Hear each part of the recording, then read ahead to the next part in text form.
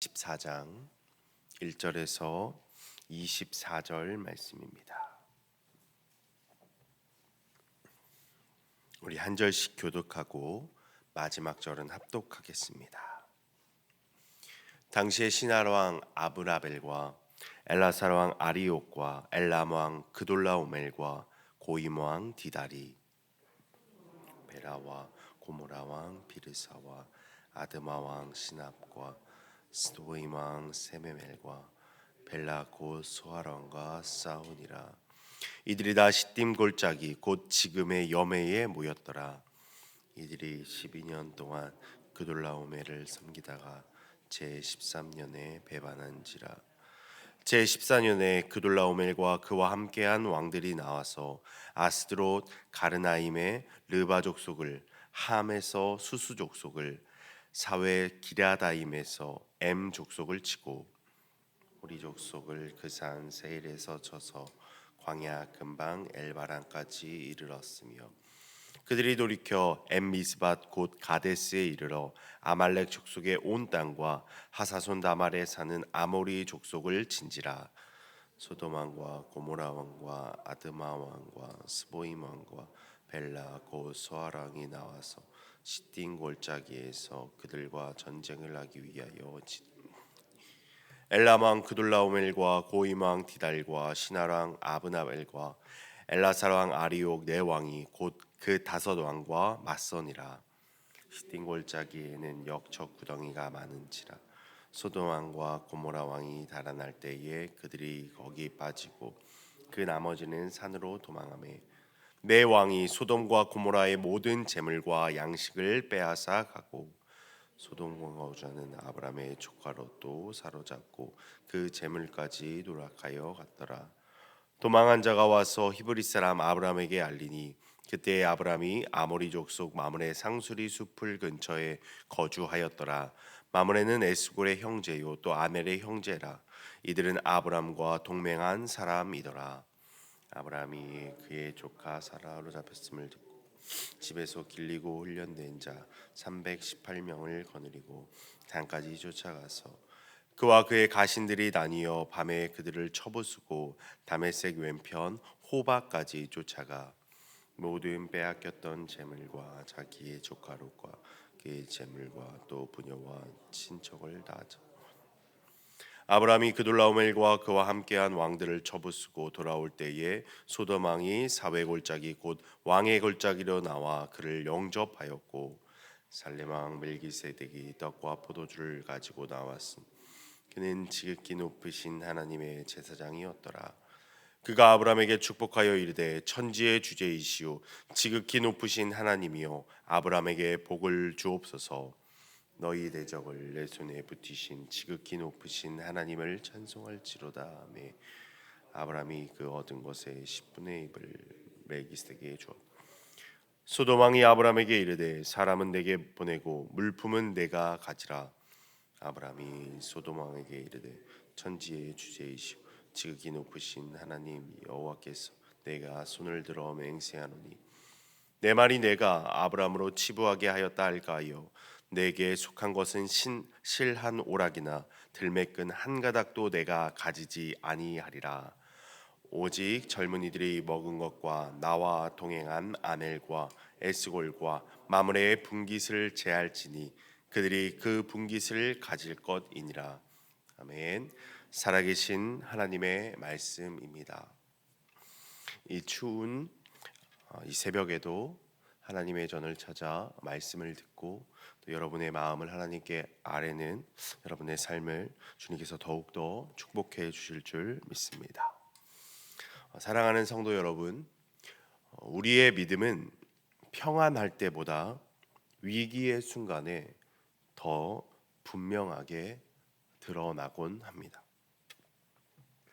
특히 일이 잘 풀릴 때보다 예상하지 못한 사건이 우리 앞에 닥쳤을 때 우리가 무엇을 붙잡고 이 땅을 살아가고 있는지가 선명하게 드러난다라는 것입니다.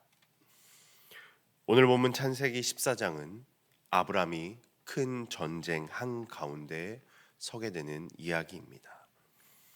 그러나 이 말씀은 단순한 전쟁 기록이 아닙니다. 믿음의 사람이 위기와 승리 앞에서 어떤 선택을 하는가를 보여주고 있습니다.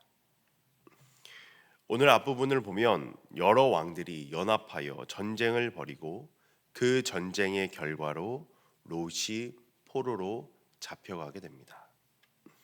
그 이유는 분명합니다. 롯은 더 이상 소돔 근처에 머문 사람이 아니라 소돔 안에서 삶의 자리를 잡고 살아가고 있었기 때문입니다.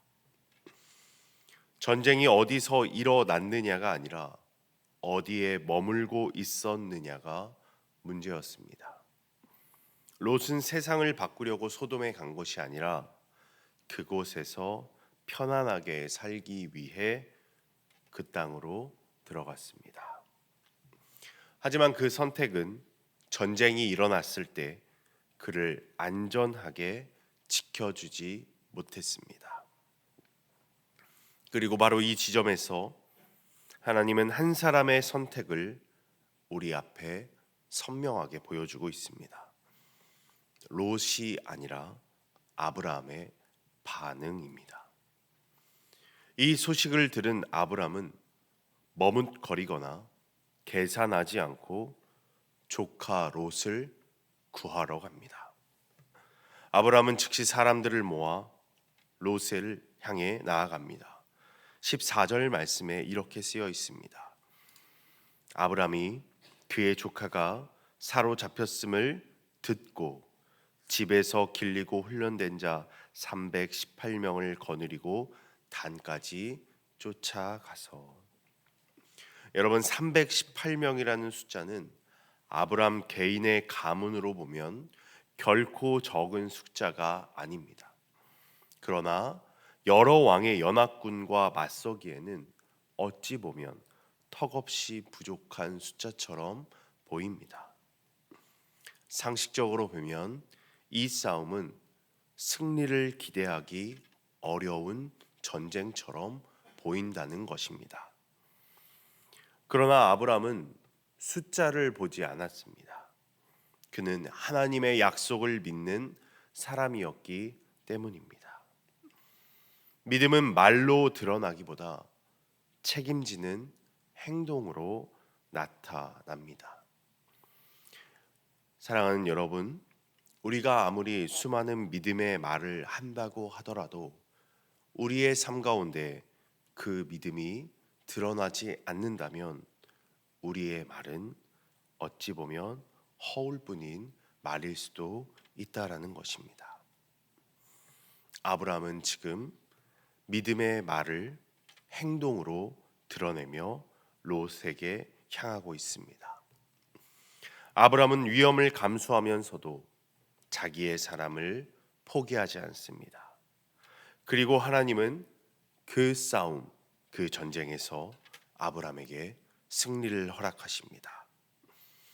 전쟁이 끝난 후 아브라함 앞에 두 사람이 나타납니다.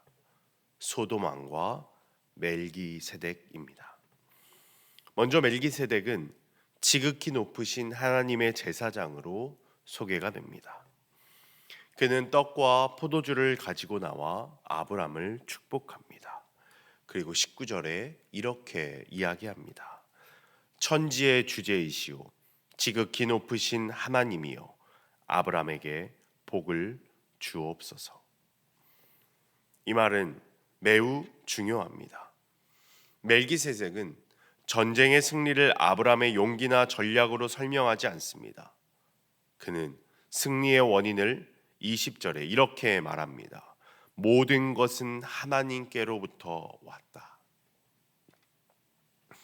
아브라함은 그 고백 앞에서 자기가 얻은 것의 10분의 1을 멜기세덱에게 드립니다. 이것은 감사의 표현이자 영광의 방향을 분명히 하는 행동입니다. 그 다음 소돔 왕이 아브라함에게 말합니다. 21절에 사람은 내게 보내고 물품은 내가 가지라. 겉으로 보면 합리적인 제안입니다. 아브라함은 전쟁에서 승리했고 정당한 보상을 받을 수 있는 위치에 있는 사람입니다. 그러나 아브라함은 이 제안을 단호하게 거절합니다. 그리고 22절에서 23절에 이렇게 고백합니다. 아브라함이 소돔왕에게 이르되 천지의 주제이시오 지극히 높으신 하나님 여호와께 내가 손을 들어 맹세하노니 내 말이 내가 아브라함으로 치부하게 하였다 할까 하여 내게 속한 것은 신 한 오락이나 들매끈 한 가닥도 내가 가지지 아니하리라. 아브라함은 모든 것을 알고 있었습니다. 이 전쟁의 가장 큰 시험은 싸움의 순간이 아니라 승리 이후에 온다라는 것을 말입니다. 그는 세상의 보상으로 하나님의 은혜를 설명하고 싶지 않았습니다. 사람의 말로 자신의 복을 증명하고 싶지 않았습니다. 아브라함에게 중요한 것은 얼마를 얻느냐가 아니라 누가 영광을 받느냐였습니다. 사랑하는 성도 여러분, 오늘 우리에게도 성경은 묻고 있습니다. 우리가 인생의 전쟁을 지나 승리의 결과를 얻었을 때 그 승리를 무엇으로 설명하고 있습니까? 혹시 하나님의 은혜로 받은 것을 사람의 능력이나 세상의 조건으로 설명하고 있지는 않으십니까? 믿음의 시험은 실패할 때보다 성공했을 때 더 크게 다가옵니다.